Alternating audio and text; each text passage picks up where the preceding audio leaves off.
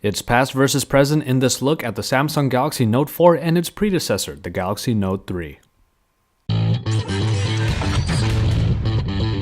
When it comes to the overall size and looks, the Note 4 is actually very similar to the Note 3. Of course, the major design difference is the presence of a metal frame that was originally seen in the recent Galaxy Alpha. The Note 4's corners also come with a bit of a curve to them, but it's really not something that is very noticeable. This flat side profile when it comes to that metal frame really helps refine the feel of the Note 4, though when you look at the back, it is still made of the plastic that was originally introduced in the Note 3, that textured plastic that's made to look somewhat like leather, though it does lose that stitching from last year. But on the front side, both of the Samsung handsets have essentially the same iconic look with the physical home button, though now the Note 4 does add a fingerprint scanner to the formula underneath that home button.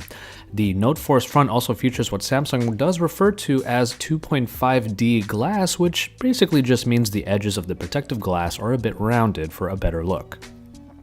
And speaking of that display, you can really see it for yourself that both of these devices feature the beautiful, crisp Super AMOLED displays that Samsung is very much known for that bring vivid colors, deep contrast, and excellent viewing angles. The screen sizes themselves remain the same, though the Note 4 now comes with the Quad HD resolution, and it's very impressive from what we've seen already. The pixel density on the Note 4 is through the roof, over 500 pixels per inch, which really trumps the original Galaxy Note 3, though we will say that any pixel density above, let's say, 350 pixels per inch might be a matter of debate as to whether or not it really adds to the sharpness. But nonetheless, the resolution on the Note 4 is sure to bring you a great experience with all media and text, as we've seen, for example, on the Galaxy Tab S line of tablets, which all have that Quad HD display as well.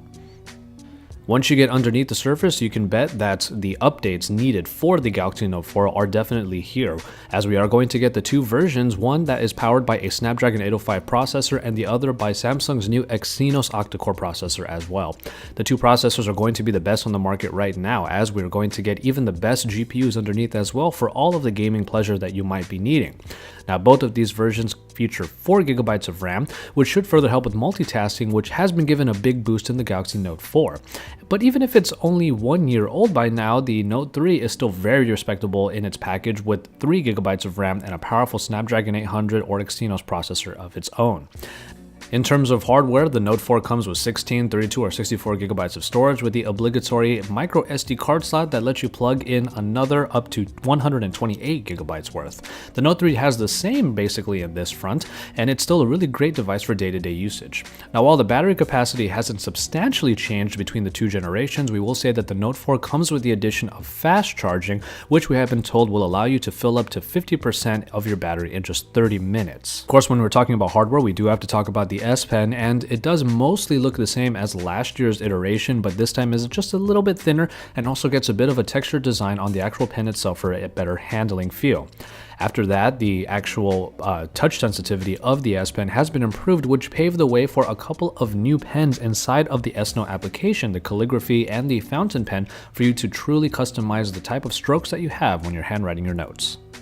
And then when it comes to the camera, Samsung has finally adopted that optical image stabilization we've always waited for on the Note 4, which means you'll get smoother video, clearer pictures, and possibly even better shots in low light, which should give it a bit of a boost over what might otherwise be the same type of experience that you would get on the 13-megapixel camera of the Galaxy Note 3. The front camera has received a nice update that now has a 3.7-megapixel unit in the front of the Galaxy Note 4 with a wide viewing angle of 90 degrees as compared to 77 on the Note 3. If that's not enough, you can use the wide selfie mode to capture an even wider image that is perfect for group selfies. And finally, we take a look at the software, where we see that the Galaxy Note 4 has been given that aesthetic upgrade that the Galaxy S5 had, which does put it over the top in terms of looks when you compare it to the original Note 3. But we also have a lot of enhancements when it comes to the features, which include the Smart Select, which will let you copy content from different sources and collect it in one place to be used later in a number of different ways. But we also have the updated multitasking features on the Note 4, in which from the recent app screen, you see these cards here where you have a little button where you can launch the multi-window mode automatically, and from there you can actually move in and out of the multi-window mode and a floating app mode seamlessly to make the multitasking experience even easier for you.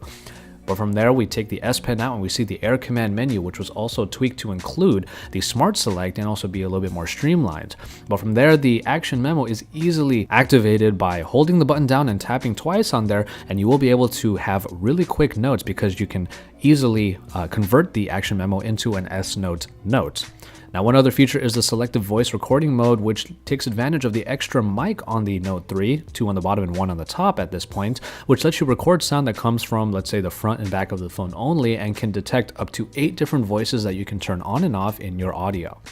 Really, all things considered, you're not losing that much if you stick with the Galaxy Note 3 when it comes to software, but we will say that the additions of the Note 4 greatly enhance the kind of experience that was already there. So if you want the bleeding edge, then you can go for the Note 4, and all those enhancements will likely make the experience even better if you compare it to the Note 3.